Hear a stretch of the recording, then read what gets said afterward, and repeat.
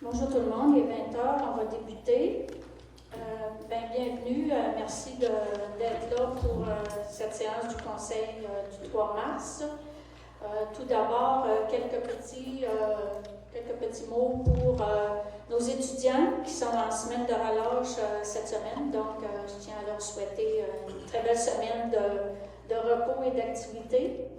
Je voudrais souligner aussi samedi prochain, 8 mars, donc la journée des droits des femmes.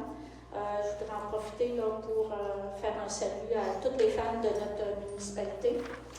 Et souligner aussi que vendredi prochain, le 7 mars, spectacle ici à la salle Louis-Philippe Antil dans le cadre des premiers vendredis du mois avec le groupe Les Pichettes.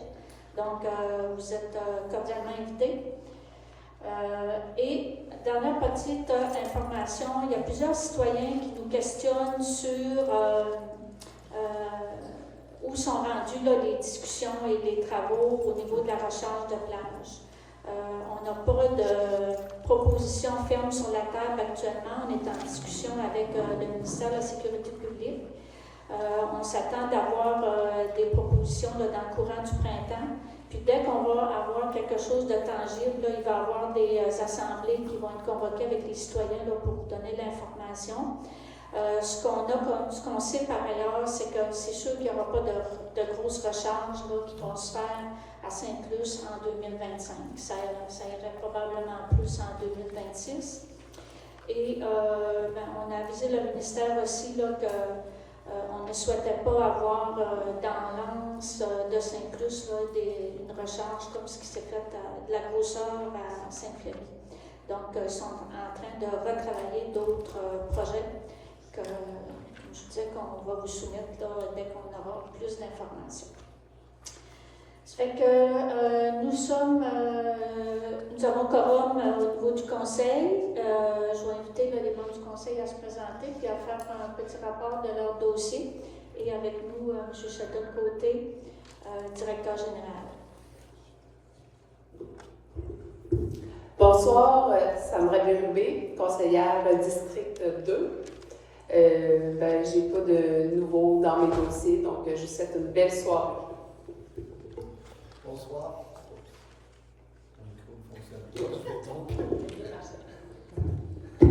OK, on s'organise avec ce qu'on a. Bonsoir, mon nom est Joël Gagnon, je suis conseiller du district 3, ça veut dire principalement la plage à partir de la Côte-de-l'Arbre jusqu'à Sainte-Flavie. Même chose pour la route 132. Je fais partie de deux comités, entre autres. Le comité de sécurité routière que nous allons avoir une réunion le 26 mars et le comité de tourisme Sainte-Luce le 20 mars prochain. J'en profite pour annoncer, je sais que je l'ai déjà fait, mais je vais le relancer, le concours de photos qui se poursuit jusqu'au mois d'octobre 2025. La raison pour laquelle j'en parle, c'est que dans le coxillon, il va y avoir un message qui invite notamment la population et toutes les personnes qui visitent Sainte-Luce à prendre des photos concernant la saison hivernale aussi. Ces photos-là, sachez-le que Tourisme Sainte-Luce les remet aussi à la municipalité pour l'utilisation soit dans les documents ou au site web. Je dis aussi que ces prix-là sont le premier prix $200, le deuxième $100 et le troisième $50. Ça se peut carrément qu'on double ces prix-là. Ça va être corroboré par le Tourisme Sainte-Luce, donc je vous invite à prendre des photos et l'envoyer sur la page Facebook de Tourisme Sainte-Luce pour faire valoir les beaux paysages à Sainte-Luce ici. Je vous souhaite bonne soirée. Merci. Bonsoir, Rodrigue Saint-Laurent, district numéro 5. C'est le côté ouest de la rue Saint-Alphonse. Je n'ai rien de spécial dans mes dossiers. Bonne soirée. Bonsoir, Victor Carrier.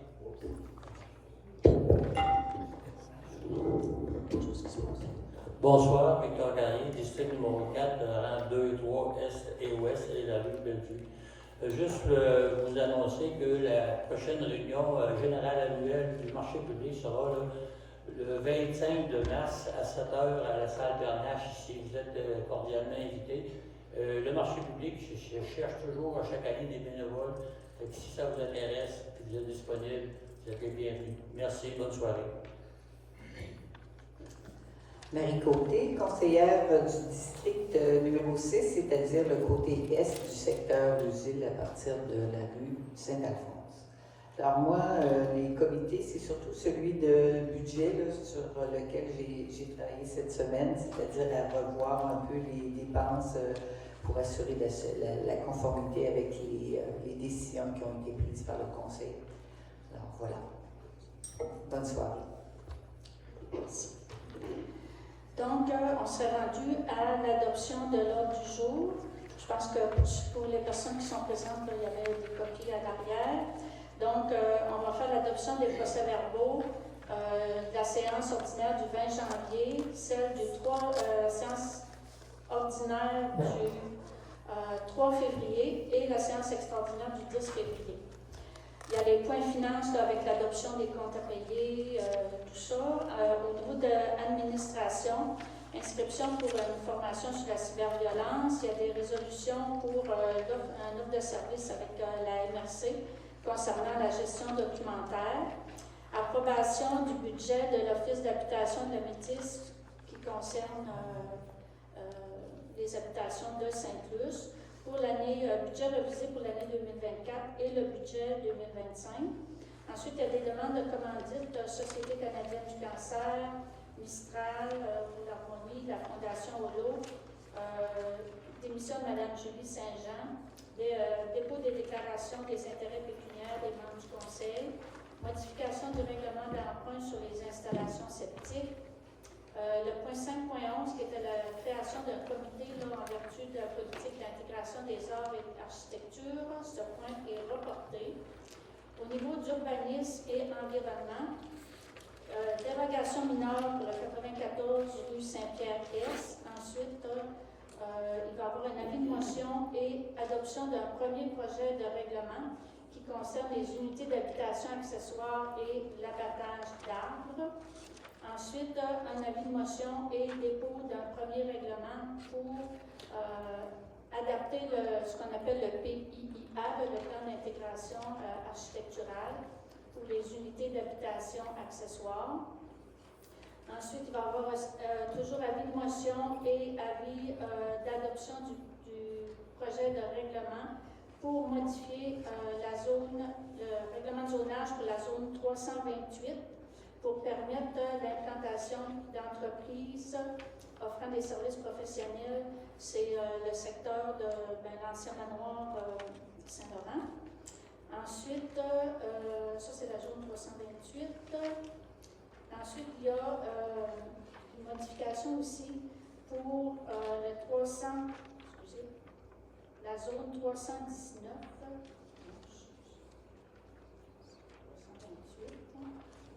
C'est ça. 310, excusez. La modification de zonage pour le 319, ça concerne la rue Thibault et la rue Saint-François. C'est pour permettre d'avoir des logements, des immeubles avec 6 logements. Ensuite, le 328, ça concerne le manoir Saint-Laurent, qui est en rénovation. C'est pour permettre d'avoir des services professionnels dans ce secteur-là. Ensuite, il y a un avis de motion et adoption d'un premier projet de règlement qui va être déposé concernant les résidences de tourisme. Ensuite, dans les points de loisirs, on va vous parler du parc Mont-Charon. Résolution aussi pour le prix des billets pour les spectacles des premiers vendredis du mois. On a l'embauche de madame, plutôt que Maxime Ouellet. Dans les travaux publics, arpentage pour la route du fleuve, l'octroi d'un mandat à la firme Arpo, embauche de M. Jason Gagnon.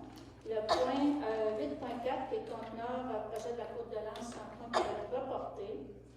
Sécurité publique, assemblée concernant l'érosion et la submersion côtière. Dans les points de développement, autorisation de signature pour l'entente avec la fabrique de Sainte-Luce, l'aide d'appui à la fabrique, achat d'un système de son pour la scène extérieure, vente des terrains sur la rue des Maries. Il y a 2 points parce qu'il y a deux types de terrains. Ensuite, au niveau des sculpturales, plan d'action, prévision budgétaire et programmation, la location des 3 boutiques de plage.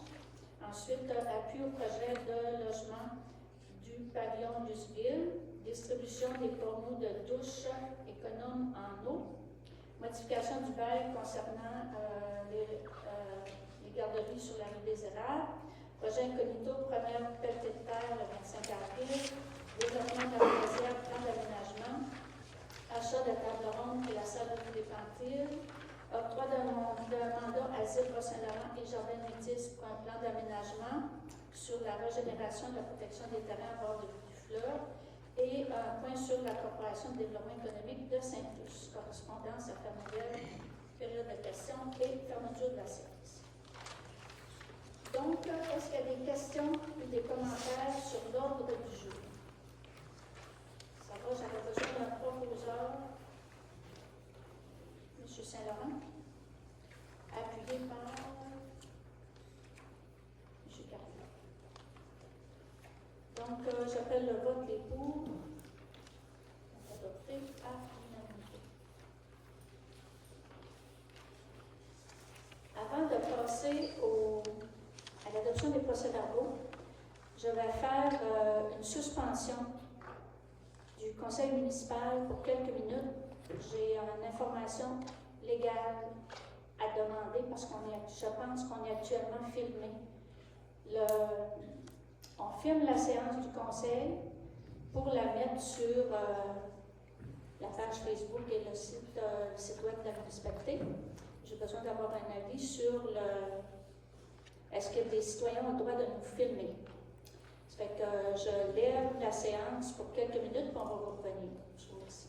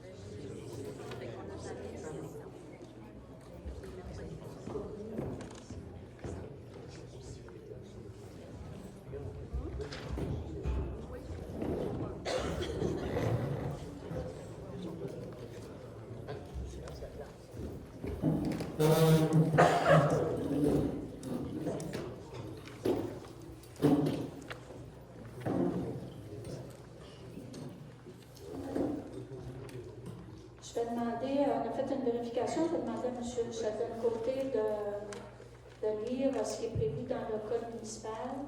Je me souviens bien, c'est bien le code municipal, M. Côté? Oui, tout à fait. C'est ça, l'information se trouve à l'article 149.1. Donc, le conseil peut interdire la captation d'image ou de son si l'enregistrement vidéo de chaque séance est diffusé gratuitement sur le site Internet de la municipalité ou sur tout autre site Internet désigné par résolution de cette dernière. L'enregistrement vidéo doit être ainsi disponible à compter du jour suivant, celui où la séance a pris fin pour une période minimale de 5 ans.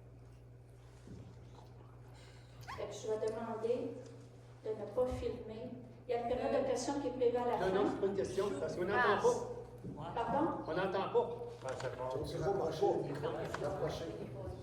Il est marqué qu'il faut que la vidéo Madame, soit s'il vous disponible plaît, ouvrable. s'il vous plaît. Il y a une période de questions à la fin. Là, c'est le conseil qui gère la séance.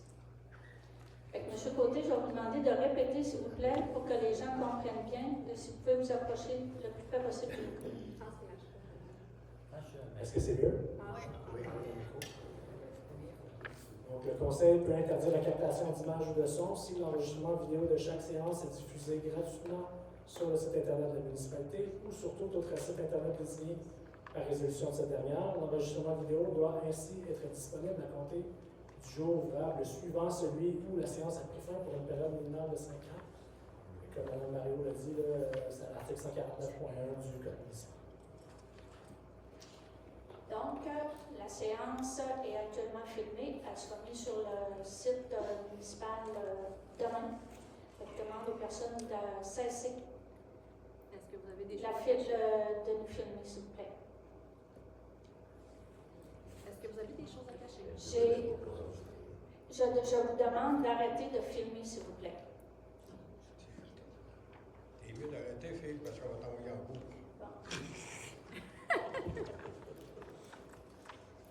Fait que la demande est faite. Je poursuis avec la réunion du conseil, par respect aussi pour les personnes qui sont là. Donc, on est à l'adoption du procès-verbal de la séance du 20 janvier 2025. Est-ce que j'ai un proposeur? M. Joël Gagnon, appuyé de Mme Côté. Est-ce qu'il y a des questions ou des commentaires? C'était conforme à nos discussions. J'appelle le vote les pour. C'est donc adopté à l'unanimité. Ensuite, on est à l'adoption de la séance du 3 février 2025 pour informer qu'il y a un petit ajout qui devrait être fait au point 6.1. C'est un ajout qui avait été fait verbalement. Donc, lors de la tenue du conseil, mais qui n'a pas été repris dans la résolution. Donc, on va rajouter un deuxième attendu qui est attendu que la compagnie Urba Solutions est la seule de la région ayant soumis une offre de service à la municipalité de Saint-Luce. C'est dans le point de contrat de service à Urba Solutions pour combler l'absence de notre urbaniste. Donc, avec cette modification, est-ce que j'ai un proposeur? Madame Béliveau, appuyée de M. Carrier. Autre question, commentaire? C'est conforme? J'appelle le vote des pour. Donc, adopté à l'unanimité. Adoption du procès-verbal de la séance extraordinaire du 10 février. Est-ce que j'ai un proposeur? M. Saint-Laurent, appuyé de M. Carrier. Est-ce qu'il y a des questions, des commentaires? C'était conforme? J'appelle le vote des pour. Donc, adopté à l'unanimité. Au niveau des points finances, c'est Mme Marie Côté qui a été nommée là, pour faire les vérifications. Donc, première résolution concerne l'adoption des comptes appelés au Fonds des activités de fonctionnement. Donc, la résolution est que les chèques numéro 14 421 à 14 450 au montant de 76 374,07 $, les dépôts directs 689 à 701 et 703 à 714 au montant de 79 670,02 $, et les prélèvements numéro 1519 à 1537 au montant de 122 719,61 $ sont acceptés et autorisation de donner détaillée. Les frais de déplacement sont au montant de 2 249,40 $ et la rémunération des employés, des élus et cotisations réelles et de 108 998,89 sont acceptés aussi. Madame Côté, est-ce que vous êtes vous en faites la proposeur? Oui, je propose. Alors, j'ai fait tout simplement, donc ça tient pour tous les points qui viennent à l'ordre du jour pour les comptes à payer. Alors, après avoir réalisé une vérification, j'ai questionné, j'ai posé quelques questions de clarification, j'ai eu les informations requises pour être en mesure de comprendre que c'était conforme. Alors, tout est conforme. Merci. Est-ce que j'ai un appuyeur? Questions, commentaires? J'appelle le vote des pour. Donc, adopté à l'unanimité. Adoption des comptes à payer au fonds de règlement. Donc, la résolution et les comptes qui sont présentés, soit les chèques 816 à 824 au montant de 33 078,74 sont acceptés et autorisation est donnée de les payer. Madame Côté. Oui, alors je propose. Appuyé de M. Saint-Laurent. Est-ce qu'il y a des questions, des commentaires? J'appelle le vote des pour. C'est donc adopté à l'unanimité. Adoption des comptes à payer relativement à l'entente avec le ministère de la Sécurité publique pour le volet prévention. Donc, le montant, c'est de 3 127,32 qui est accepté. Autorisation donnée des pays. Madame Côté, vous êtes toujours proposeur. Oui, je propose. Appuyé de M. Carré. Questions, commentaires? J'appelle le vote. Donc, adopté à l'unanimité. Adoption des comptes à payer pour la sécurité publique pour le volet protection des berges, un montant de 6 132,49 qui est accepté. Autorisation donnée de payer. Oui, je propose. Appuyé de supplément. Questions, commentaires? J'appelle le vote des pour. Donc, adopté à l'unanimité. Ensuite, appropriation du surplus non affecté. La proposition est qu'une somme de 17 198 soit appropriée au surplus non affecté pour être transférée au Fonds des activités de fonctionnement 2024 et qu'une autre somme de 7 019 soit appropriée au surplus non affecté pour être transférée au Fonds des activités d'investissement 2024. Madame Côté, est-ce que vous êtes toujours Oui, toujours. Appuyé de M. Carrier. Est-ce qu'il y a des questions, des commentaires? Ça va, j'appelle le vote des pour. C'est donc adopté à l'unanimité. Il y avait une proposition aussi pour accepter le dépôt des états des activités de fonctionnement des fins fiscales qui est daté du 27 février 2025. Madame Côté, vous êtes toujours proposeur? Oui, je propose. Appuyé de Madame Bélier. Est-ce qu'il y a des questions, des commentaires? Ça va, j'appelle le vote des pour. C'est donc adopté à l'unanimité. Ensuite, affectation du surplus non affecté pour augmenter le fonds de roulement d'un montant de 75 000 $. Donc, la résolution est d'autoriser ce transfert de 75 000 $ du surplus non affecté au fonds de roulement. Madame Côté, Je propose. appuyé de M. Carrier. Questions, commentaires? J'appelle le vote de pour. Donc, adopté à l'unanimité. Dans les points administration, inscription pour la formation sur cyberviolence qui va se tenir le 15 mars 2025. Donc, proposez que... C'est 18 mars. Qu'est-ce que j'ai dit? J'avais dit 15, c'est 18. Ah, excusez. Ça va se tenir le 18 mars et c'est offert gratuitement là, aux personnes, au personnel et aux élus des municipalités. Donc, est-ce que j'ai un proposeur, M. Saint-Laurent, appuyé de M. Carrier? Est-ce qu'il y a des questions, des commentaires? J'appelle le vote des pour.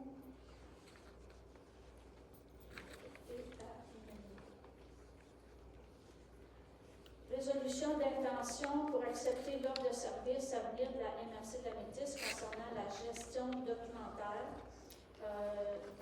Considérant que la MRC bénéficie actuellement d'un programme de coopération intermunicipale qui est financé ou subventionné plutôt à 80 avec une ressource qui est spécialisée là, en gestion documentaire et qu'on peut bénéficier de ces services-là. Donc, dans le fond, c'est la différence que les municipalités ont à payer. Et au niveau de la municipalité, on a actuellement un besoin important au niveau de la gestion de nos documents, dans le but d'assurer leur conservation et de répondre aussi aux exigences légales du gouvernement. La ressource de la Métis est prête à offrir là, un soutien technique et organisationnel à Saint-Plus pour mettre en place là, un système de gestion documentaire. Donc, la résolution est que la municipalité manifeste son intention d'accepter l'offre de service de la MRC de la Métis en lien avec la gestion documentaire. On s'engage à collaborer dans la mise en place des actions nécessaires pour l'optimisation des processus documentaires. Est-ce que j'ai Mme Bérubé proposé, appuyé de M. Saint-Laurent? Est-ce qu'il y a des questions ou des commentaires? Ça peut être le vote du coup. C'est donc adopté à l'unanimité. Appropriation du budget revisé 2024 de l'Office d'habitation de la Métis pour l'ensemble immobilier qui est situé au 91 rue Saint-Pierre-Est. Donc, c'est la contribution de la municipalité là, pour ces logements qui font partie de l'Office d'habitation de la Métis. Donc, pour l'année 2024, il y a un budget revisé qui a été donné au montant de 5 111 $. Donc, c'est même un peu moins que ce qui avait été prévu là, à la prévision budgétaire 2024. Donc, est-ce que j'ai un proposeur? Mme Bérubé, appuyé de M. Saint-Laurent. Est-ce qu'il y a des questions, des commentaires? J'appelle le vote des pour. Donc, adopté à l'unanimité.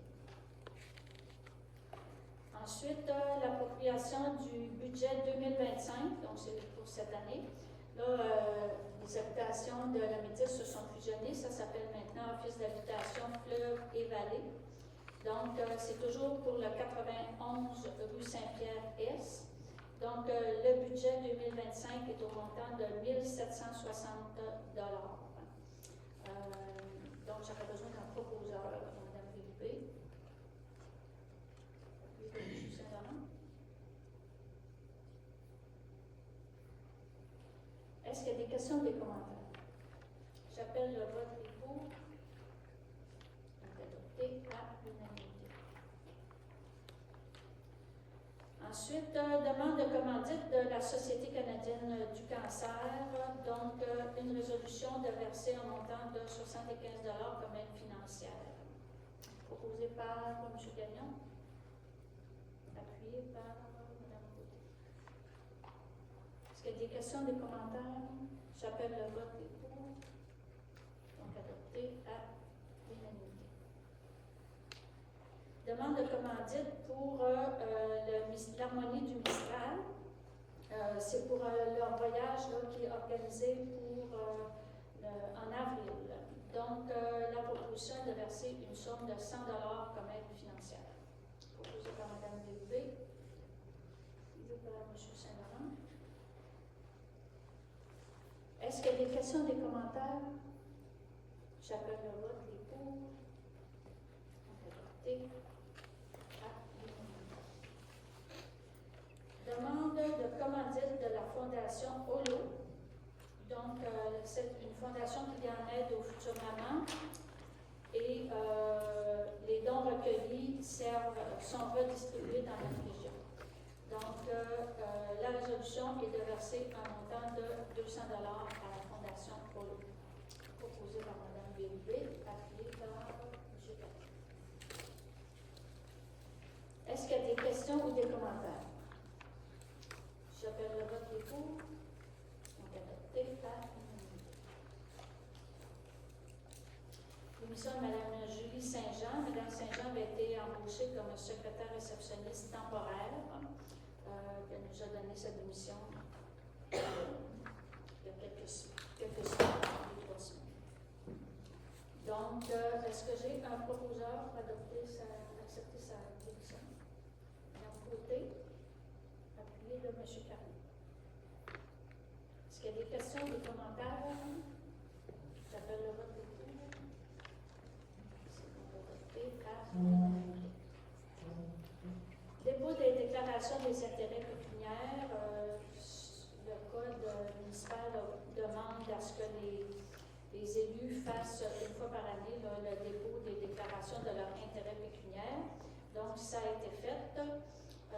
Et la résolution est d'accepter le dépôt des déclarations des intérêts pécuniaires 2025 pour l'ensemble des membres du conseil municipal. Est-ce que j'ai un proposeur, Mme Bérubé, appuyé de M. Zach? Est-ce qu'il y a des questions ou des commentaires? J'appelle le vote des pour. Donc, adopté à l'unanimité. Modification du règlement d'emprunt sur les installations septiques. C'est un règlement d'emprunt que nous avons fait pour permettre aux personnes qui ne sont pas connectées au réseau d'égout de la municipalité de se mettre conforme s'il y a besoin de se mettre conforme. Et quand on a fait le règlement d'emprunt, on n'avait pas mis de période maximale pour faire le remboursement. Parce que les personnes, la municipalité, dans le fond, peut faire un emprunt et les personnes qui vont vouloir se mettre à niveau, c'est financé par la municipalité, mais c'est entièrement remboursé par les personnes. Le gouvernement permet de faire de donner ce genre de service-là aux citoyens. Et là, le ministère nous demande de mettre un délai maximum pour le remboursement. Donc, la proposition, ce serait que ça se fasse sur une période de 15 ans. Est-ce que j'ai un proposeur? M. Carrier. Appuyé de Mme Roux. Est-ce qu'il y a des questions ou des commentaires? J'appelle le vote des pour. Donc, adopté à l'unanimité. Le point 5.11 était reporté. Au niveau de l'urbanisme et environnement, une demande de dérogation mineure pour la 94 rue Saint-Pierre. C'est à l'effet de permettre la construction d'une rampe d'accès adjacente à la galerie existante d'une résidence. La réglementation municipale prévoit une distance minimale de 5,5 mètres. Et là, ce qui était demandé, c'était 2 mètres. C'est sûr que c'est un moyen qui permet à une personne à mobilité réduite d'accéder à sa résidence. Par contre, le dossier a été soumis au comité d'urbanisme et le comité avait demandé de faire une vérification avec les travaux publics, à savoir si cette courte distance-là pouvait amener des problématiques au niveau du déneigement, entre autres. Et la réponse est oui, ça amènerait vraiment des problématiques. Donc, le comité consultatif en urbanisme recommandait au conseil municipal de refuser cette demande, là, considérant les problématiques que ça peut amener au niveau du déneigement. Donc, la résolution du conseil va être de refuser la demande de dérogation mineure. On va essayer de travailler avec les propriétaires pour trouver d'autres solutions. Donc, c'est proposé par M. Gagnon, appuyé de M. Carrier. Est-ce qu'il y a des questions, des commentaires? Est-ce que j'appelle le vote des pour? C'est adopté à l'unanimité.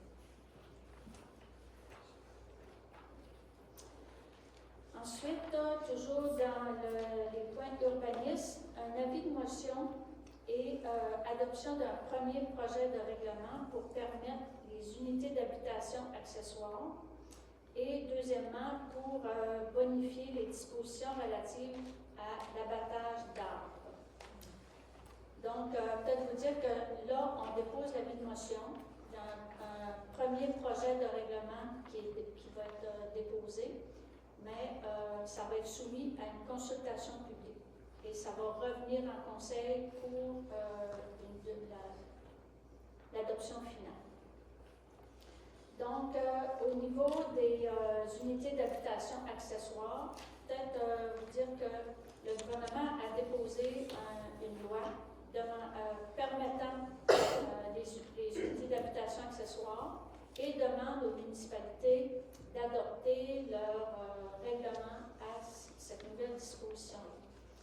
Donc, les unités d'habitation accessoires, c'est la possibilité de construire sur un terrain soit une annexe à une maison pour faire un deuxième logement, puis ça peut même être une deuxième habitation sur le même terrain. Okay. Donc, là, je vais y aller pour... Tantôt, il va y avoir la question de l'abattage des arbres, c'est parce que c'est dans les mêmes règlements. Donc, là, les unités d'habitation accessoires, l'abréviation, c'est UHA. Fait que dans la présentation, je vais l'appeler comme ça là, pour éviter que ça soit trop long. Donc, le projet de règlement serait de permettre d'optimiser l'usage du territoire en favorisant une densification douce, ça pour répondre aux besoins variés en logement, soit pour les aînés, les jeunes adultes ou les travailleurs saisonniers. Le Conseil souhaite encadrer aussi l'abattage d'arbres de manière plus rigoureuse afin de préserver notre couvert forestier, de protéger la biodiversité et de renforcer la résilience climatique du territoire. Ces modifications s'inscrivent dans une vision de développement durable et responsable de notre municipalité. Donc, pour, comme je disais tout à l'heure, les unités d'habitation accessoires. Premièrement, lorsqu'on parle d'habitation intergénérationnelle, la définition, ça va être une habitation qui est un logement assimilé à une habitation unifamiliale qui ne comporte qu'une seule adresse physique, une seule entrée principale et un unique système de chauffage, d'électricité, d'eau et d'égout. Ça va être les habitations intergénérationnelles. Ensuite, pour les unités d'habitation accessoires, ça va être autorisé comme un usage additionnel à la classe habitation unifamiliale sur l'entièreté du territoire de notre municipalité. Il peut y avoir une seule habitation accessoire autorisée par bâtiment municipal, bâtiment principal. Une unité n'est pas autorisée sur un terrain de dimension non conforme, donc un terrain qui serait trop petit au règlement de lotissement de la municipalité. Les escaliers extérieurs donnant accès à l'étage seront prohibés lorsque visible de la voie publique. L'unité d'habitation doit disposer d'un numéro civique distinct du logement principal. L'unité d'habitation ne doit pas s'implanter à moins de 2 mètres de la marge arrière et latérale et ne peut être située dans la marge avant du bâtiment principal. Au niveau des services, on dit qu'ils ne doivent pas être limités ni visés par des mesures de contrôle de densité, notamment celles concernant le nombre de logements. Ensuite, le terrain desservi peut utiliser la même entrée de service pour les services d'égout d'aqueduc que le bâtiment principal. Il doit avoir sa propre connexion indépendante au service. Ça peut être un des deux. Lorsque le terrain n'est pas desservi, l'unité d'habitation peut être munie de son propre puits et système d'évacuation et de traitement des eaux usées ou se connecter au réseau existant du bâtiment principal avec les ajustements nécessaires. Ensuite, l'unité d'habitation peut être reliée au bâtiment principal par un espace commun ou un passage. Il ne doit pas dépasser la hauteur du bâtiment principal. Il ne peut occuper plus de 60% du rez-de-chaussée du bâtiment principal. Ensuite, ils doivent être accessibles par une allée piétonne minéralisée d'une largeur minimale de 1,2 m entre le bâtiment accessoire et la voie publique. La superficie minimale doit être de 30 m². La superficie maximale ne peut dépasser 40% de la superficie de la cour arrière. Et la hauteur maximale est d'un étage et demi et ne peut dépasser la hauteur en mètres et en étage du bâtiment principal. Donc ça concerne les unités d'habitation autonome. Comme je vous disais, ça va être représenté dans une rencontre de consultation publique uniquement là, sur les modifications au règlement. Pour ce qui est de l'abattage des arbres, premièrement, l'abattage d'un arbre va être considéré lorsque l'arbre a un diamètre de plus de 10 cm et lorsqu'il est à plus d'1 mètre, 1,3 m du sol, ou lorsque on coupe plus de 50% des branches. L'implantation des arbres, il doit avoir une distance minimale de 1,5 m de l'emprise de la voie publique et 3 mètres d'une bonne fontaine, d'une entrée de service ou d'un lampadaire. Ça, c'est nouveau. Tout terrain occupé par un nouveau bâtiment principal doit faire l'objet d'une plantation d'arbres conformément aux exigences suivantes. Donc, sur un terrain occupé par une habitation, au moins 2 arbres devraient être conservés ou plantés, dont un en cour arrière, un en cour avant si la marge avant est supérieure à 6 mètres, et un des 2 arbres doit être à moyen ou à grand déploiement. Les terrains qui sont situés sur les terrains riverains, là en bord du fleuve Saint-Laurent, les arbres peuvent être remplacés par des arbustes ou des plantes qui contribuent à lutter contre l'érosion côtière, notamment les rosiers.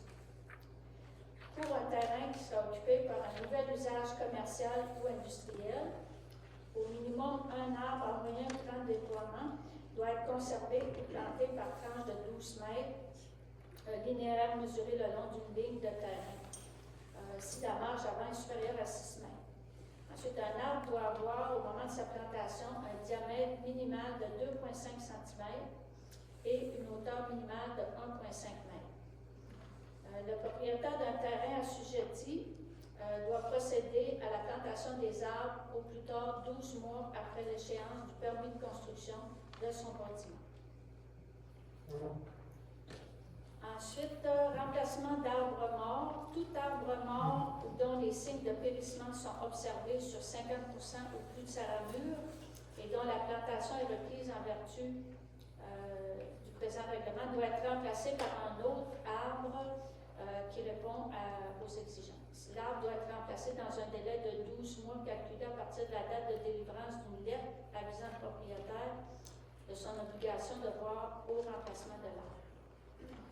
Au niveau des abattages d'arbres, l'abattage des arbres, autre que dans le cadre d'une exploitation forestière, est autorisé si l'une ou l'autre des conditions suivantes est remplie. L'arbre doit être mort ou atteint d'une maladie incurable. Il doit être dangereux pour la sécurité des personnes. Il doit être une nuisance pour la croissance ou le bien-être des arbres voisins. Il doit causer des dommages à la propriété publique ou privée. S'il doit nécessairement être abattu dans le cadre de l'exécution de travaux publics. S'il doit être abattu pour la réalisation d'un projet de construction ou d'aménagement paysager autorisé par la municipalité. Il doit être abattu pour la réalisation de traitements sylvicoles prescrits par un ingénieur forestier.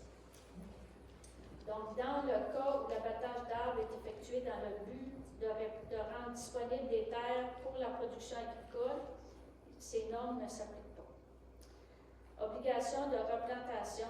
à moins que le terrain concerné possède déjà un minimum de 2 arbres matures, tout arbre abattu en vertu du présent règlement doit être remplacé par un nouvel arbre d'un diamètre minimal de 2,5 cm et hauteur minimale de 1,5 m. Dans toutes les zones, les plantations des arbres énumérés ci-après sont interdits sur une bande de 10 mètres de profondeur. Donc, les peupliers faux-trembles, les peupliers blancs, les peupliers de Lombardie, peupliers du Canada, saules à feuilles de laurier, saules pleureurs et érables argentés. Les superficies et les méthodes de coupe forestière, tout déboisement ainsi que les travaux forestiers excédant une superficie de 2 hectares annuellement ou excédant 10 % de la superficie de la propriété foncière doit être autorisé par l'émission d'un permis d'abattage de la municipalité. Le représentant doit déposer une prescription sylvicole signée par un ingénieur forestier attestant que les travaux proposés sont conformes aux règles de l'art. Le rapport de l'ingénieur forestier doit comprendre différentes informations, entre autres le nom d'exploitant, la localisation, le cadastre, la superficie, s'il y a des milieux sensibles, les habitats fauniques, sites d'approvisionnement en eau potable, les milieux humides, habitation saisonnière, sites d'intérêt archéologique, les érablières, corridors routiers, encadrement visuel et la durée des travaux. Toute aire de coupe qui est effectuée à moins de 100 mètres d'une autre aire de coupe sur une même propriété est considérée d'un seul tenant. Et tout déboisement ainsi que les travaux forestiers d'une superficie de moins de 2 hectares ou de moins de 10 % de la superficie d'une propriété peuvent être autorisés sans l'émission d'un permis d'abattage de la municipalité. Entre autres, là, par exemple, quelqu'un peut faire son bois de chauffage sans avoir besoin de permis de la municipalité. Toute coupe totale, coupe à blanc ou coupe de succession nécessite le dépôt d'une prescription sylvicole signée par un ingénieur forestier et nécessite aussi un permis d'abattage de la municipalité. Les travaux de coupe doivent être exécutés de manière à protéger la régénération et le sol. Ensuite, au niveau des mesures de protection le long des chemins publics, la coupe d'arbres est interdite à moins de 30 mètres de toute emprise des chemins publics, sauf pour les coupes partielles prélevant que le tiers, et ce pour sur une période de 5 ans. L'exploitation forestière autour d'un site d'approvisionnement en eau est interdite à moins de 30 mètres. Au niveau de la protection des érablières, à l'intérieur d'une érablière, seules les coupes d'éclaircies et coupes sélectives sont autorisées et les travaux ne peuvent pas être repris avant une période minimale de 10 ans. Le déboisement sur les terrains en pente forte, les sites qui ont une pente supérieure à 40 %, seule la coupe d'éclaircies ou coupe sélective sont autorisées. Et ça prend aussi une prescription d'un ingénieur forestier.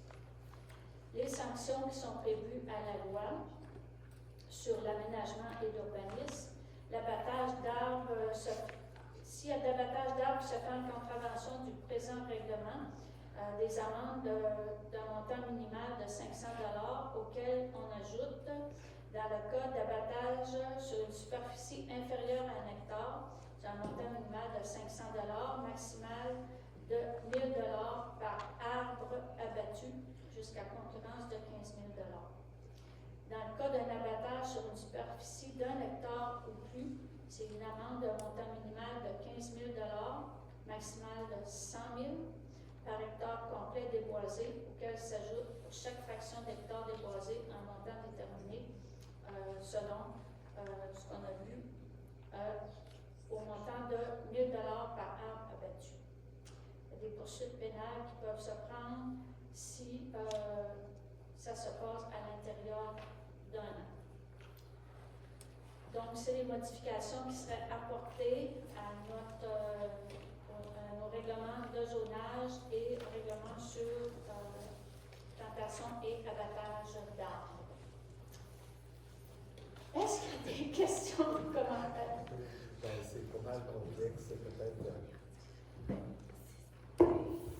Moi, je trouve que c'est très complexe. Je m'y perds assez facilement. Alors, je ne sais pas s'il y a une invitation à faire aux citoyens qui ont des problèmes de simplement consulter la municipalité. Mais là, on est dans une proposition là, pour modifier nos règlements. Ça fait que, comme je disais tout à l'heure, là, il va y avoir une présentation, une consultation publique qui va être faite. C'est ça. Est-ce qu'il y a d'autres questions, d'autres commentaires? Là, on est, comme je disais tout à l'heure, on dépose l'avis de motion et c'est le premier règlement. Donc, il va y avoir la consultation publique et suite à, si on a des propositions ou peu importe, là, il y aura une deuxième adoption. Est-ce que j'ai un proposeur? Premièrement, pour l'avis de motion, est-ce que M. Saint-Laurent, vous déposez l'avis de motion? Pour le premier dépôt, M. Saint-Laurent, est-ce que vous proposez? Appuyé par M. Carrier.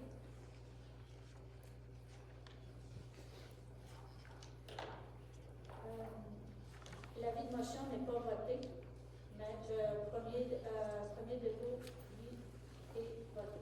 Donc, s'il n'y a pas d'autres questions, pas d'autres commentaires, on passerait au vote pour l'adoption du premier règlement concernant les unités d'habitation accessoires et l'abattage d'arbres.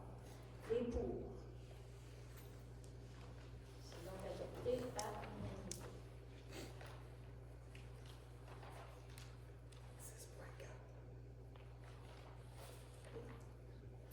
Donc, on est rendu au point 6.4 qui est avis de motion et adoption d'un projet de règlement pour adapter nos plans d'implantation et d'intégration architecturale sur la route du fleuve pour les unités d'habitation accessoires. Donc, ce qu'on vient de voir, ce qui va être permis, on a des plans d'intégration et sur la route du fleuve. Donc, c'est que ces nouvelles unités-là soient couvertes par les mêmes règles que ce qui existe actuellement pour les plans d'implantation architecturale. Implantation et intégration architecturale.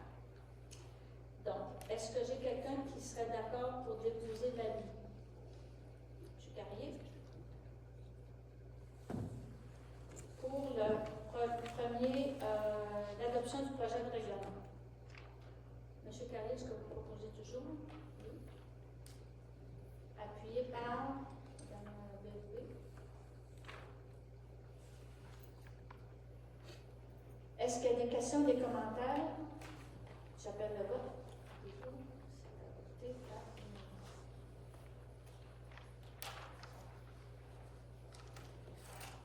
ensuite, au point 6.6 et 6.7, avis de motion et adoption d'un premier projet de règlement qui, lui aussi, va être soumis à la consultation publique. C'est pour permettre, dans la zone 319, la zone 319, c'est la rue Thibault et la rue Saint-François, pour permettre l'implantation de résidences qui pourraient comporter un nombre maximum de 6 logements. Parce qu'actuellement, c'est 4 logements maximum, donc ça serait pour augmenter à 6. Il y a des demandes en ce sens au niveau de propriétaires. Est-ce que j'ai quelqu'un qui serait déposerait l'avis de motion? M. Saint-Laurent. Appuyé de. Excusez. L'avis de motion, on n'a pas besoin d'appuyeur. Mais pour le premier projet de règlement, j'ai besoin d'un appuyeur. Donc, M. Carrier, vous êtes. Est-ce qu'il y a des questions ou des commentaires? Ça va? J'appelle le vote et tout.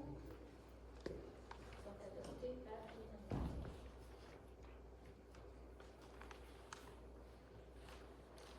Ensuite, le point 6.8 et 6.9, c'est l'avis de motion et le dépôt, l'adoption d'un premier projet de règlement pour modifier le règlement de zonage pour la zone 328 afin de permettre l'implantation d'entreprises qui offrent des services professionnels, des services d'affaires et de vente au détail. Ça concerne particulièrement le manoir Saint-Laurent, qu'on s'appelle encore Manoir Saint-Laurent parce qu'il n'y a pas d'autre nom. Mais actuellement, dans nos règlements de zonage, dans cet édifice, il ne pouvait y avoir que de l'hôtellerie et de la restauration. Donc là, on est en train d'avoir des garderies, mais ça, les garderies, ça peut se mettre en place sur l'ensemble du territoire, on n'a pas besoin de modifier le zonage. Mais il y a des petits commerces de services qui seraient intéressés à s'installer dans cet édifice-là. Donc, le propriétaire a demandé une modification de zonage. Et au niveau du conseil municipal, on pense que c'est une bonne solution d'avoir une nouvelle vocation à cet édifice. Donc, est-ce que j'ai quelqu'un qui déposerait l'avis de motion? Madame Côté. Pour l'adoption du premier projet de règlement, Madame Côté, est-ce que vous êtes toujours proposeur? Appuyé de Madame Bélier. Est-ce qu'il y a des questions ou des commentaires sur ce projet de règlement, de modification du zonage? J'appelle le vote qui est pour. C'est donc adopté.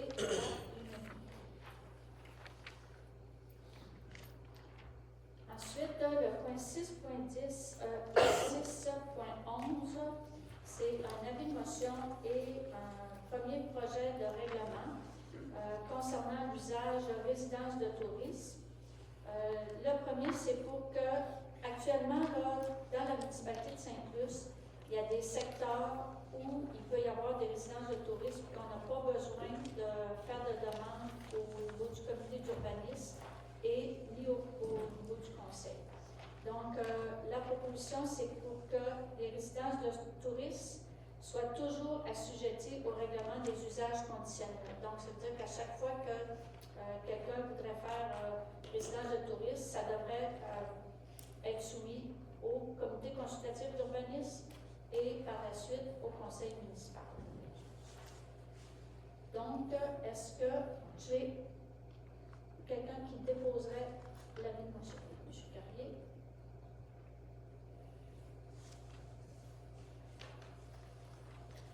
Pour ce qui est de l'adoption du premier projet de règlement, est-ce que,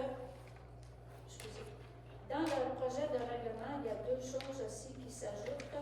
C'est qu'une résidence de tourisme ne peut être autorisée quant à un usage conditionnel de manière à ajouter de nouveaux critères d'évaluation, soit qu'une résidence de tourisme doit être implantée dans une résidence saisonnière existante, soit une résidence secondaire ou un chalet. Donc, et que la conversion d'un bâtiment en résidence de tourisme n'a pas pour effet de diminuer le nombre de logements dans la municipalité. Donc, il y a trois choses qui concernent les résidences de tourisme.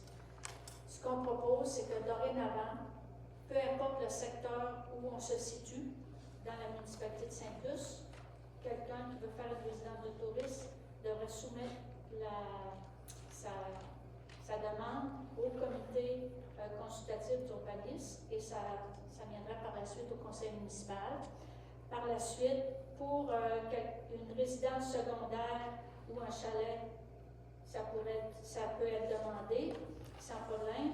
Et lorsque c'est une maison unifamiliale, par exemple, ça ne devrait pas avoir pour effet de diminuer le nombre de logements dans la municipalité. Donc ça vient, ces trois aspects-là viennent modifier le règlement qu'on a actuellement sur les résidences de tourisme. Donc pour le premier projet de règlement, est-ce que j'ai un proposeur? M. Gagnon. Appuyé de M. Carrier. Monsieur Côté, est-ce que ce règlement-là va en consultation publique? Oui. Donc, ça va être soumis, toutes ces modifications-là vont être soumises en consultation. Mais là, c'était juste les avis de motion. C'est juste les avis de motion. C'est juste les avis de motion. On ne vote pas sur les avis de motion. Les règlements seront déposés plus tard, après la consultation publique. Au niveau des loisirs, pour le parc Maud-Charon, Il y a deux avis de motion.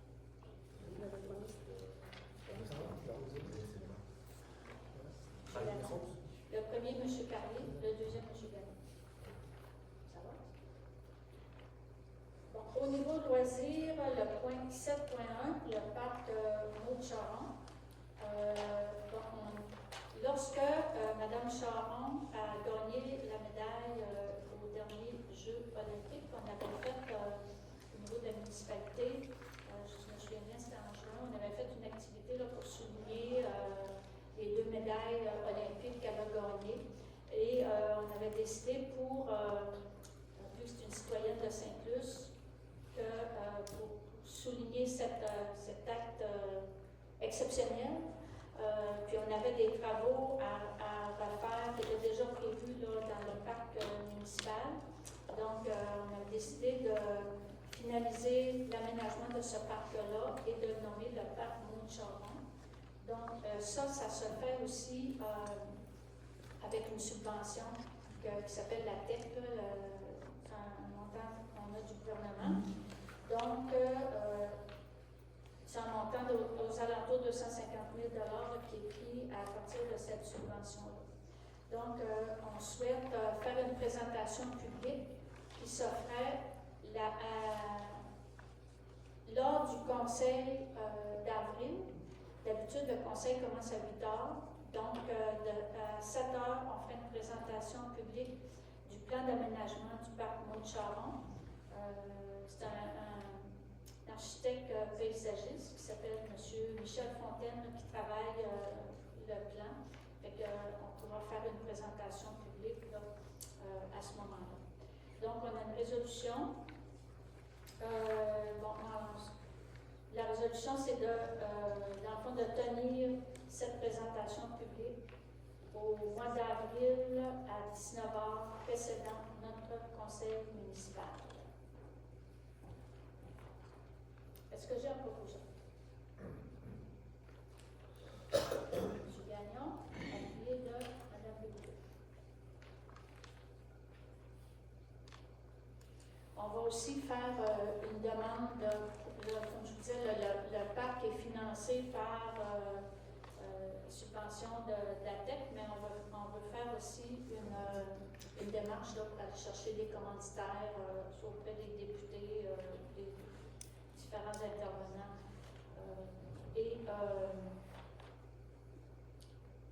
C'est ça.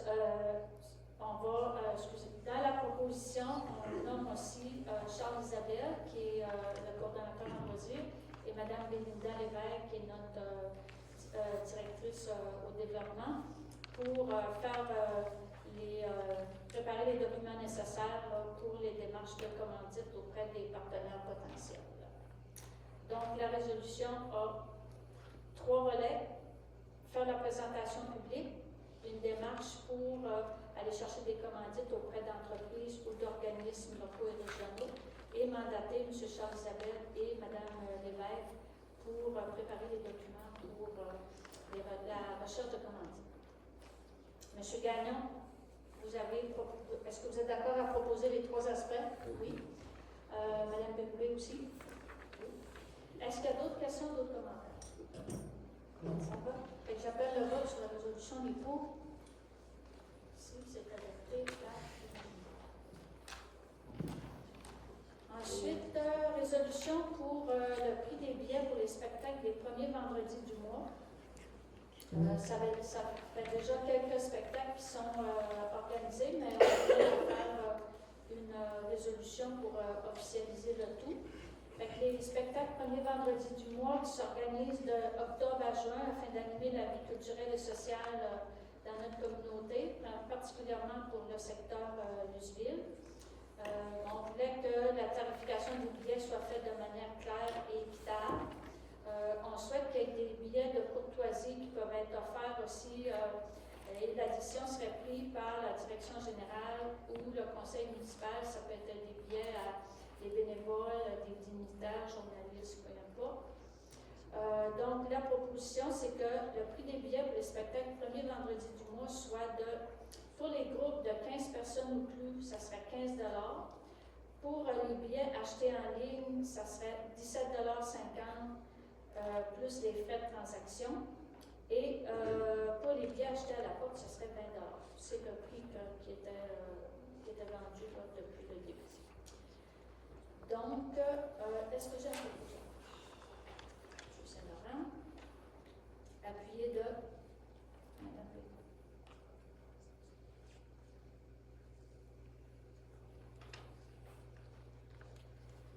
Est-ce qu'il y a des questions ou des commentaires?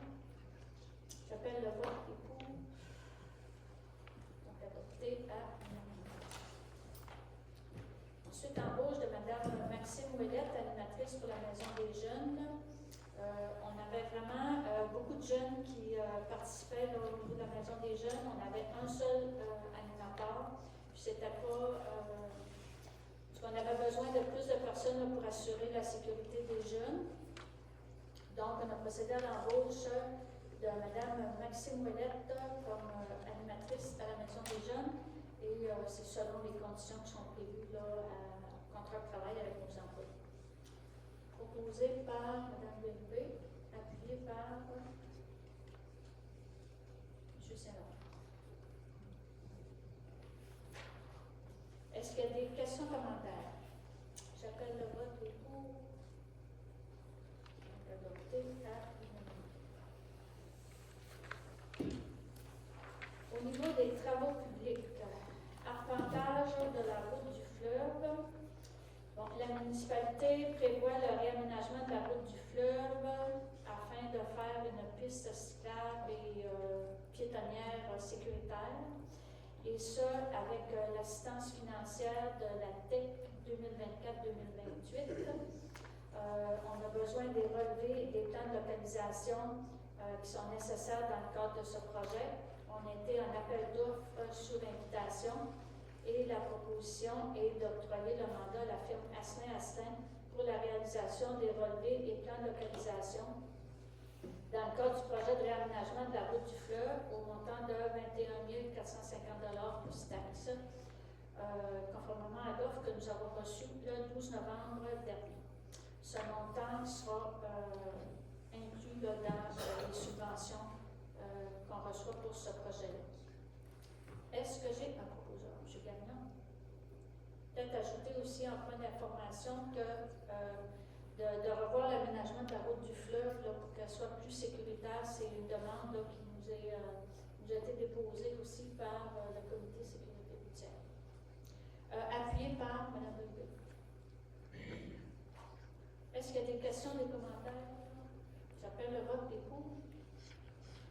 C'est donc adopté à l'unanimité.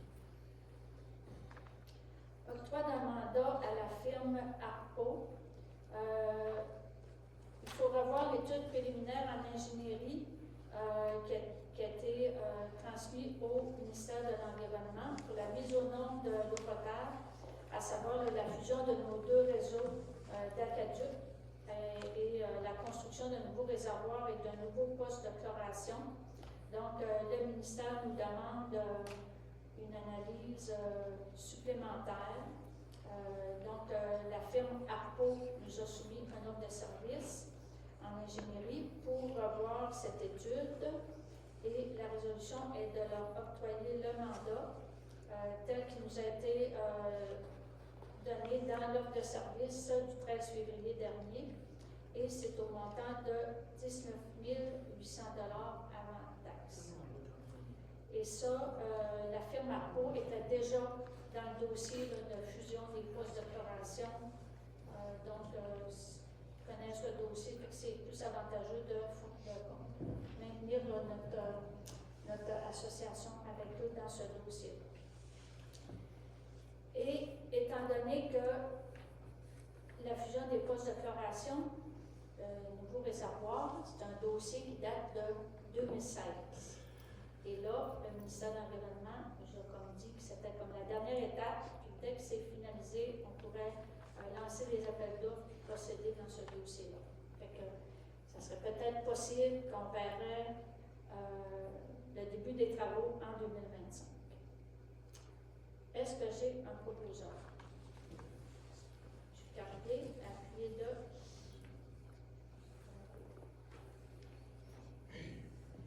Est-ce qu'il y a des questions ou des commentaires? J'appelle le vote. Adopté à l'unanimité. Ensuite, l'embauche de M. poste de manœuvre à temps partiel, c'est un remplacement, c'est pas un poste supplémentaire, c'est un remplacement. Donc, et ça, c'est selon les conditions qui sont prévues là, à l'entente avec nos employés. Est-ce que j'ai un proposeur? Madame Bérubé, appuyée de Mme Côté. Est-ce qu'il y a des questions, des commentaires? J'appelle le vote et pour. Donc, adopté à l'unanimité. Le citoyen Saint-Plus. Le point 8.4 est reporté. Au niveau ensuite de la sécurité publique, le gouvernement a déposé une nouvelle cartographie des zones inondables un peu partout au Québec. On a plusieurs citoyens qui nous ont fait la demande parce qu'ils sont préoccupés par les enjeux qui sont reliés à cette nouvelle carte-là, par les enjeux aussi qui sont reliés à l'érosion et à la submersion côtière. Il y a toutes sortes de choses qui se disent là, par rapport à est-ce que ma maison va toujours être assurable si je suis en bord de mer? Est-ce que si je vends ma maison, est-ce qu'il y a des institutions financières qui vont prêter, etc. Donc, une résolution pour organiser une assemblée publique qui se tiendrait en mai 2025 qui porterait sur l'érosion de la submersion côtière afin d'informer la population sur cette problématique. On souhaite qu'il y ait des prêteurs hypothécaires, la MRC de la Métis et des assureurs qui seraient invités à venir à cette assemblée pour présenter des informations sur les aspects financiers, les assurances et le contexte des différentes réglementations. La date n'est pas fixée, ce sera en mai, mais on fera connaître là, par les différents moyens la date et l'heure de cette assemblée d'information. Donc, est-ce que j'ai un proposeur, Mme Bérubé, M. Gagnon? Est-ce qu'il y a des questions, des commentaires? J'appelle le vote, les pour. C'est donc adopté à l'unanimité. Dans les points de développement, à 10.1, autorisation de signature concernant l'entente avec la fabrique Saint-Luce. C'est dans le dossier Saint-Luce-sur-Mer raconté par le fleuve. Donc, ce serait pour autoriser le directeur général et la maire à signer pour et au nom de la municipalité l'entente entre la municipalité et la fabrique de Saint-Luce. Est-ce que j'ai un proposeur, Mme Bérubé, appuyé de M. Carton? Est-ce qu'il y a des questions, des commentaires? J'appelle le vote, les pour. Donc, adopté à l'unanimité. L'aide d'appui à la fabrique de Saint-Luce. La fabrique souhaite poursuivre son offre touristique pour l'été 2025 afin de mettre en valeur son patrimoine religieux.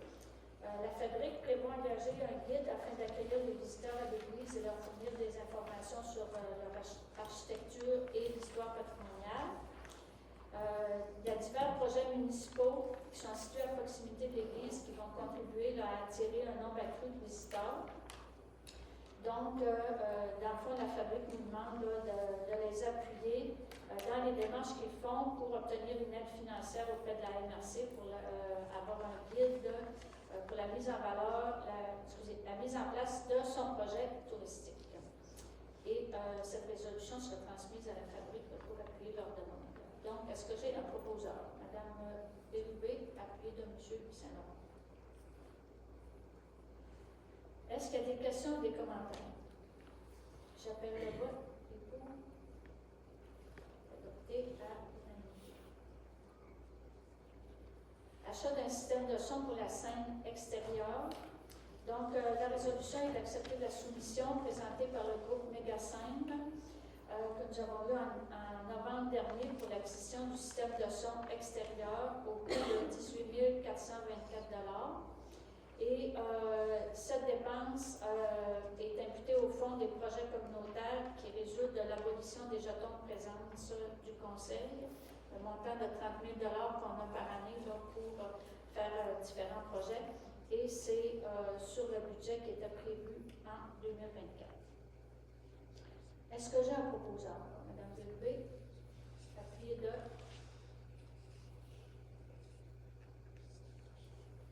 Saint-Laurent.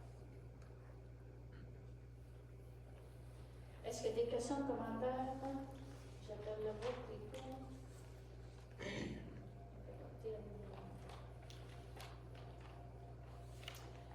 Vente des terrains sur la rue des Marais.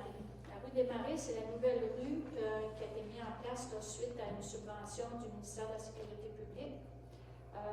Le but de la mise en place de cette rue-là était d'abord pour permettre le déménagement de maisons qui étaient prévues, des maisons à risque qui avaient été identifiées par le ministère de la Sécurité publique. Finalement, l'ensemble des maisons ont été déménagées ou démolies. Et même dans les maisons qui ont été vendues, les gens avaient des terrains, donc il n'y a pas de terrain sur la rue des Marais qui ont été choisis pour déplacer des maisons à risque. Donc, il y a 6 terrains. La rue est faite, il y a un bouquet droit, puis il y a un rond-point. Donc, dans le bout droit, il y a 6 terrains. Dans le rond-point, il y a 4 terrains. Donc, la première proposition concerne les 6 terrains qui sont dans la rue. Le 22 janvier dernier, on avait adopté le prix des terrains qui était de 68 750 $ avant taxe. Ça, c'est pour maintenant. Il y avait un prix qui était un peu plus bas s'il y a des maisons qui auraient été déménagées à cause de l'érosion côtière. Vu qu'il n'y en a pas eu, le prix est de 68 750 $ avant taxe.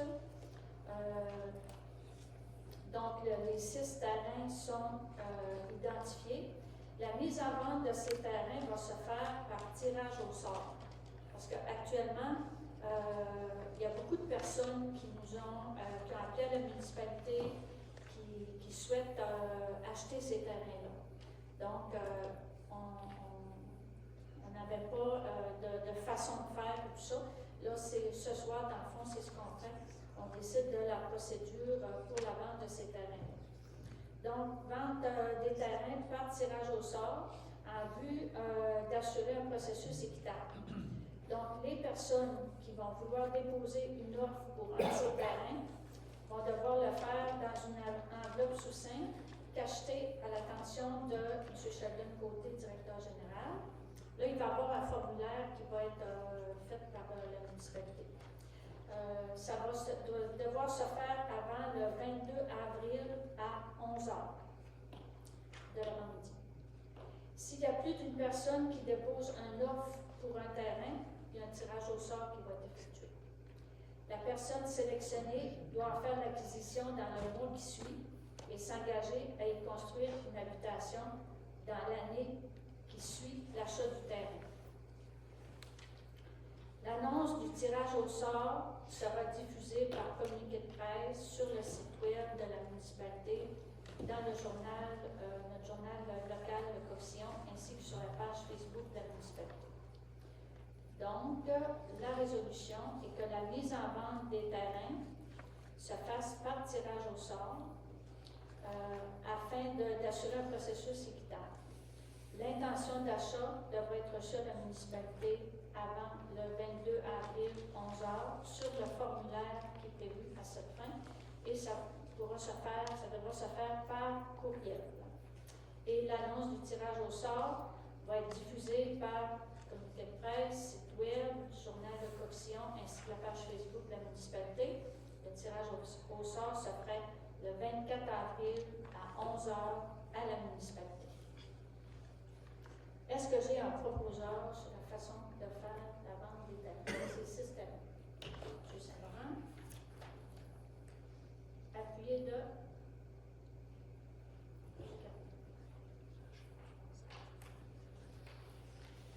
Est-ce qu'il y a des questions ou des commentaires sur la proposition de fonctionnement pour la vente de ces 6 terrains? Ça va? J'appelle le vote des pour. Donc,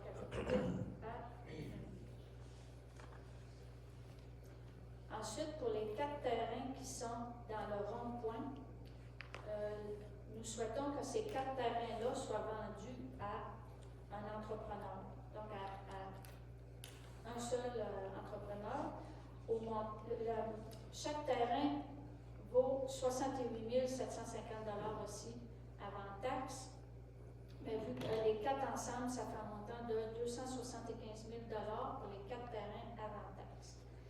Donc, il y a un appel d'offres qui va être présenté à des entrepreneurs de la région pour présenter des propositions pour développer ce secteur avec des multilogements ou des maisons en rangée. Les entrepreneurs intéressés devront déposer leur offre d'achat avant le 22 avril à 11 h dans une enveloppe portant la mention proposition 4 terrains rue des Marais, toujours à l'attention du directeur général.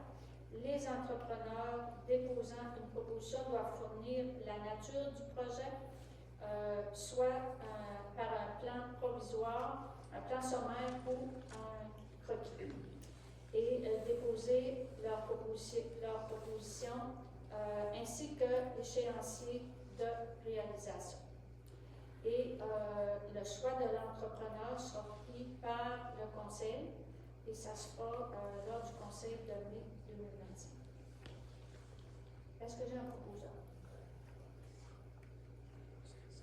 Terminé B. Appuyé de Juperdu.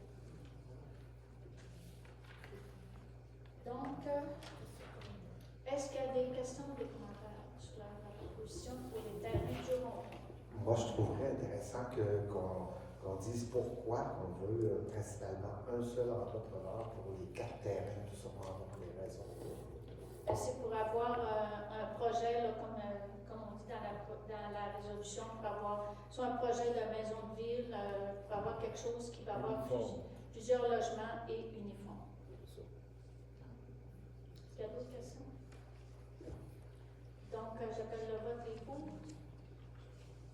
C'est donc adopté à l'unanimité. Sculptural de Saint-Luce, le comité a déposé sa programmation, son plan d'action pour l'édition 2025 avec le budget prévisionnel. Donc, vu que c'est un comité de la municipalité, la proposition est d'accepter la programmation, le plan d'action et le budget qui est prévu pour l'édition 2025. Et la programmation devrait être lancée la semaine prochaine. Là, j'ai un proposeur, l'appel B, appuyé de l'autre côté. Questions, commentaires? J'appelle le vote des pour. C'est adopté. Location des boutiques de plage, il y a trois propositions de 10.6, 7.8. On a 3 boutiques de plage. Les 3 seraient louées pour l'été 2025. La première serait louée à Mme Myriam Leblanc. Pour la période, c'est toujours la fin de semaine précédant la fête des mères à aller à l'Action de grâce, donc du 3 mai 2025 au 18 octobre 2025, au coût de 2 500 $. Madame Leblanc est une peintre, fait de la peinture, puis je pense qu'elle fait de la sculpture aussi. Elle fait au moins elle fait des petits dons. Donc, Madame Leblanc la loue pour 1 an, mais avec possibilité de prolongation du bail qui va bien. Donc, la location se fait au coût de 2 500 $ pour la saison estivale. Donc, est-ce que j'ai un proposeur? Mme Bébé, appuyé de Mme Côté. Est-ce qu'il y a des questions, des commentaires? J'appelle le vote des pour. Donc, adopté à ensuite, location de boutique de plage, Mme Catherine Coulombe. Madame Coulombe, ça fait déjà 2 étés qu'elle loue et nous a fait une demande pour faire une location pour les 5 prochaines années. Donc, on accepte étant donné que ça rentabilise les boutiques, on s'assure de leur location. Donc, le coût serait à 2 500 $ pour la saison estivale et au niveau du bail serait augmenté selon l'IPC à chaque année. Donc, est-ce que j'ai un proposeur? Saint-Laurent, appuyé de Donc, la résolution est de procéder à la location d'une boutique de plage, Mme Catherine Coulombe, la durée allant de la première fin de semaine précédant la fête des mères jusqu'à l'Action de grâce pour les années 2025 à 2029 au coût de 2 500 pour la saison estivale 2025, augmenté de l'IPC pour les autres années. J'ai un proposeur et un appuyeur. Donc, est-ce qu'il y a des questions commentaires? Juste pour dire, comment je dirais ça, pour tout le monde, c'est IPC, ça veut dire l'indice de consommation. Prix à la consommation. Donc, c'est le coût habituellement qui monte à chaque année. Merci. Donc, on serait rendu à l'étape du vote. Les pour. Adopté à l'unanimité. La troisième boutique, proposition de louer à Mme Michel Bellil et Gabrielle Bellil, qui sont là aussi depuis les 2 dernières années. Eux aussi font une demande pour une location pour les 5 prochaines années. C'est la même proposition, au coût de 2 500 par année, augmenté de l'UPC pour les autres années du bail. Est-ce que j'ai un proposeur? Mme Bellil, appuyé de mon côté. Questions, commentaires? J'appelle le vote pour. Donc, adopté à l'unanimité. Ensuite, appui au projet de logement du pavillon de Luseville.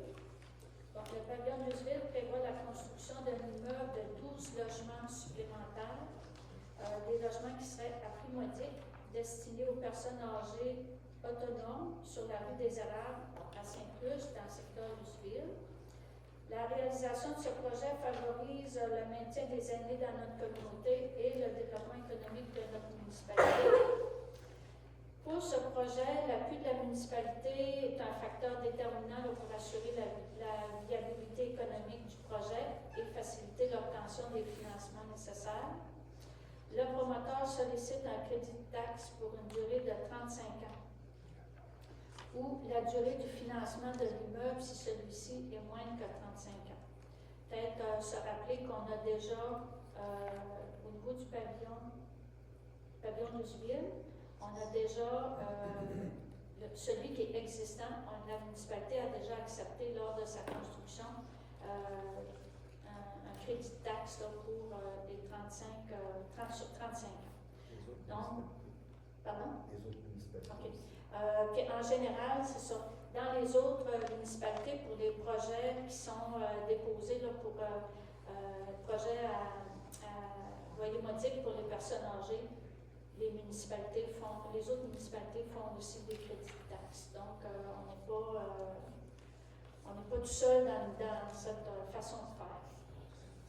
Donc, la proposition serait d'appuyer officiellement le projet de construction de 12 logements, considérant son importance là, pour notre communauté, puis l'impact aussi sur avoir une offre de logement abordable, étant donné que c'est des logements primordiaux. La proposition est accordée un crédit de taxe foncière de 100% sur une durée de 35 ans ou la durée du financement de l'immeuble si jamais il était moins que 35 ans. Puis on va demander aussi que les citoyens de Saint-Luc soient privilégiés lors de l'attribution des logements. Cette résolution serait transmise au pavillon de Luseville et aux instances concernées là, afin de soutenir les démarches de financement auprès des partenaires financiers et gouvernementaux. Est-ce que j'ai un proposeur? Madame Côté, appuyé de M. Patrick. Est-ce qu'il y a des questions, des commentaires? J'appelle le vote du pour. Donc, adopté à l'unanimité. Distribution gratuite de pommes de douche économes en eau. Il y a un petit peu plus de 5 ans, le conseil municipal avait, avec la collaboration de d'achat aux alentours de 500, ben, je dis aux alentours, de 500 pommeaux de douche qui étaient faits exprès pour économiser l'eau. Et la municipalité, on vendait ces pommeaux de douche-là au prix de la subvention d'Hydro-Québec. Je pense que ça se vendait 10 ou 12 du pommeau de douche. Depuis 5 ans, il y en a eu à peu près 50 de vendus. Donc, il en reste 450 au bureau municipal. Donc, le conseil a décidé de les offrir gratuitement à la population, étant donné que ça fait déjà 5 ans qu'ils sont dans les bois.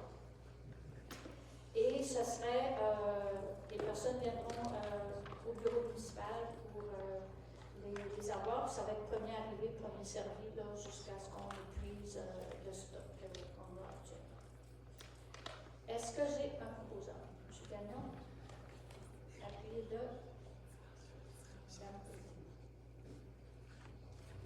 Est-ce qu'il y a des questions ou des commentaires? J'appelle le vote du pour. Donc, adopté à l'unanimité. Ensuite, une proposition pour modifier le bail concernant le projet de garderie sur la rue des Érables. La résolution qui avait été votée, le bail devait se faire pour entrer en fonction à partir du 1er avril. On a eu une rencontre avec le promoteur qui nous a proposé de retarder la date au 1er juin afin d'avoir la possibilité de finaliser l'aménagement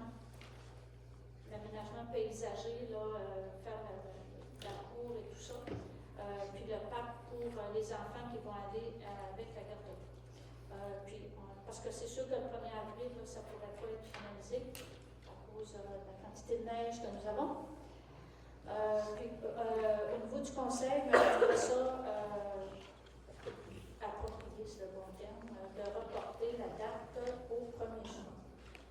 Donc, la proposition serait de changer la date de location du bail du 1er avril 2025 au 1er juin 2025. C'est sûr que ces 2 mois-là, il n'y a pas de location qui va se payer. Est-ce que j'ai un proposant?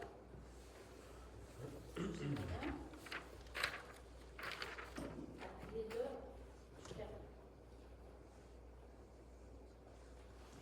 Est-ce qu'il y a des questions ou des commentaires? J'appelle le vote des pour.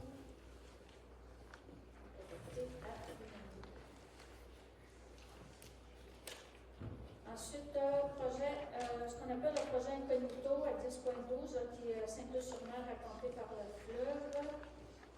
Il y aurait la première pelletée de terre qui se ferait le 25 avril. La proposition le conseil municipal annonce officiellement le début du projet Saint-Luc-sur-Mer raconté par le fleuve, avec la première pelletée de terre qui se tiendrait le 25 avril 2025. Et nos différents partenaires financiers et politiques vont être invités à l'événement. Et nous allons aussi inviter les citoyens à participer à cet événement symbolique. Peut-être vous rappeler que la mise en place du projet est prévue là, pour juillet 2025. Est-ce que j'ai un proposeur? M. Gagnon, appuyez-le.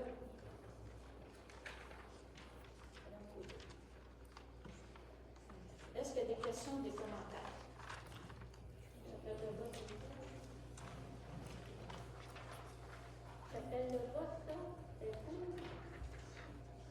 S'adopter à l'unanimité. Développement de la fraisière, c'est le développement résidentiel qui est prévu là, on appelle toujours dans le secteur de la fraisière, des terrains qui ont été acquis par la municipalité. Donc, nous avons reçu une offre de service de la compagnie APUL pour l'élaboration du plan de développement en vue de la préparation des plans et devis pour les travaux d'égouts et d'aqueduc du projet de développement. Le coût du mandat est de 9 900 $ avant taxe. Donc, la proposition est d'accepter l'offre de service d'appui au montant de 9 900 $ avant taxe et nous autorisons la direction générale à procéder aux démarches nécessaires. Peut-être rappeler que ce développement-là, il y a 34 terrains qui sont prévus et que l'ensemble des coûts, les terrains, dans le fond, lorsqu'ils seront vendus, le prix va inclure l'ensemble des coûts pour les infrastructures et tout ça. Ça fait que ce 9 900 $ là sera inclus dans le prix de vente des terrains, des futurs terrains. Ce que j'ai un proposeur, M. Saint-Laurent, appuyé de l'approuver. Est-ce qu'il y a des questions ou des commentaires? J'appelle le vote des pour. C'est donc adopté à l'unanimité. Achat de table ronde pour la salle de Philippe Antil. Bon, ça s'inscrit dans le développement et la rentabilisation de la salle de l'ancienne église ici pour des locations. Donc, la proposition de procéder à l'achat de table et de stock de rangement au montant de 5 216 $ et d'autoriser le paiement de la facture. Et c'est les montants qui sont prévus pour les achats pour rentabiliser la salle vont être remboursés à partir des profits qu'on fait sur les spectacles ou les locations de la salle. Donc, est-ce que j'ai un proposeur? Donc, B, appuyé de Mme Coury. Est-ce qu'il y a des questions, des commentaires? J'appelle le vote des pour. C'est donc adopté à l'unanimité. Octroi d'un mandat à ZIP Bas-Saint-Laurent et au Jardin de Métis pour un plan d'aménagement sur la régénération et la protection des terrains en bord de fleuve. Donc, on sait qu'on a plusieurs terrains qui ont été laissés vacants par le déménagement de maisons. ZIP Bas-Saint-Laurent et les Jardins de Métis offrent des plans d'aménagement pour la protection des berges qui sont sans coût. Donc, la proposition pour leur octroyer un mandat à ZIP Bas-Saint-Laurent et aux Jardins de Métis pour préparer le plan d'aménagement en vue de régénérer les rives des terrains vacants qui appartiennent à la municipalité afin de les protéger contre l'érosion et la submersion côtière. Proposé par Mme Bérubé, appuyé par M. Gagnon. Est-ce qu'il y a des questions ou des commentaires? J'appelle le vote des pour. Donc, adopté à l'unanimité. Corporation de développement économique de Saint-Luce. Saint-Luce, on a quand même quelques corporations de développement. On avait créé le conseil municipal, une corporation de développement économique. On a une corporation des loisirs. On a Tourisme Saint-Luce, qui est une corporation de développement touristique. On a la corporation du marché public et on a l'association des marchands de Saint-Luce. Donc là, il y a une volonté de fusionner l'ensemble de ces corporations-là pour n'en former qu'une seule. Donc, il y a une proposition de nommer 2 personnes de chacune de ces corporations-là pour former un comité afin de travailler, de présenter un projet pour cette nouvelle corporation-là. Nouveau projet qui comprendrait une façon de fonctionner, les règlements, etc. Donc, la proposition de nommer de la Corporation de développement M. Dave Roussel et Manon Camfort, de Tourisme Saint-Luce M. Pierre Millet et Vincent Bouchard, de la Corporation des loisirs Mme Marie-Claude Normand et M. Hugo Etier, de l'Association des marchands Mme Lynne Morissette, il y aurait de la municipalité Mme Bélinda Lévesque, de marché public Mme Louise Gagnon et Christian Pelletier, moi-même comme maire et le directeur général Sheldon Côté. Donc, M. Bernier a proposé. Appuyé de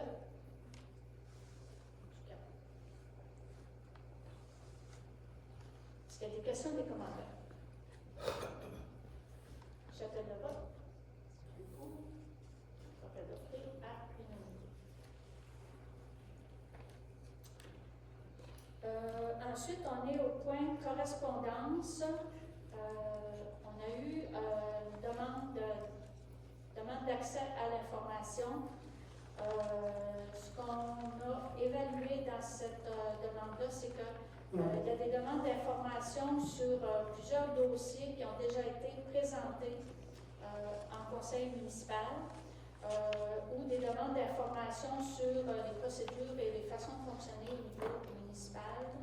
Donc, ce n'est pas des points qu'on remet à l'ordre du jour, mais on va inviter la personne concernée à une rencontre à la municipalité pour transmettre toute cette information. Au niveau affaires nouvelles, on n'avait aucun point. Au niveau de la période de questions, là, vous savez, la majorité d'entre vous, parce qu'on l'a dit à plusieurs reprises, que la période de questions, c'est pour des questions qui sont sur des sujets qui sont prévus à l'ordre du jour. On a eu, dans les dernières séances, des demandes à l'effet d'accepter de répondre à des questions d'ordre plus général. Ça fait que vous savez qu'il y a eu, le printemps dernier, il y a eu des débordements, pour ne pas dire du dérapage lors des périodes de questions. On a été obligé de faire intervenir la Sûreté du Québec. C'est même la Sûreté du Québec qui nous a recommandé d'établir un règlement concernant la période de questions lors des conseils municipaux, ce qu'on a fait. Là, ce soir, on va essayer, on va faire un essai. On va faire 2 périodes de questions. Une première période de questions sur les sujets à l'ordre du jour. Donc, comme on le fait d'habitude, les personnes qui veulent poser des questions, vous allez pouvoir venir au micro, vous identifier, poser votre question. Dans la procédure, le règlement qu'on a voté au printemps dernier, là, vu qu'on essaie de faire 2 périodes de questions, on va vous demander de respecter les délais. Donc, une question, pas des commentaires, question avec une sous-question. On va répondre à votre question. On passe toutes les personnes qui auraient des questions sur les sujets à l'ordre du jour dans un premier temps. Là, c'est une question, une sous-question. Si vous avez plusieurs questions, puis qu'il y a d'autres personnes qui veulent intervenir, on laisse les autres personnes intervenir, puis quand tout le monde est intervenu, à ce moment-là, vous pouvez revenir pour une deuxième question. Pour la deuxième période de questions sur des sujets généraux, on va vous demander la même chose. Vous présentez au micro, vous dites votre question. Là aussi, c'est des questions, ce n'est pas des commentaires. Donc, une question, une sous-question. Si vous en avez plusieurs, vous revenez. OK? Et suite à ça, après la fin de la période de questions, on lève l'Assemblée. Là, je vous ai dit, c'est un essai qu'on fait ce soir. Si ça va bien, on pourra fonctionner comme ça dans les séances ultérieures. Puis si ça ne va pas bien, on va mettre fin à la séance du conseil. Et dans le fonctionnement qu'on s'était donné, suite à la fermeture de la séance du conseil, le conseil reste sur place. On est disponible. Si vous voulez venir nous parler, nous faire des commentaires, ou en tout cas, peu importe, on est disponible pour vous écouter puis parler avec vous. Ça fait que, au niveau des membres du conseil, est-ce que vous avez quelque chose à rajouter sur la question de la période de questions? Ça va? Fait que j'ouvrirai la première période de questions sur les sujets à l'ordre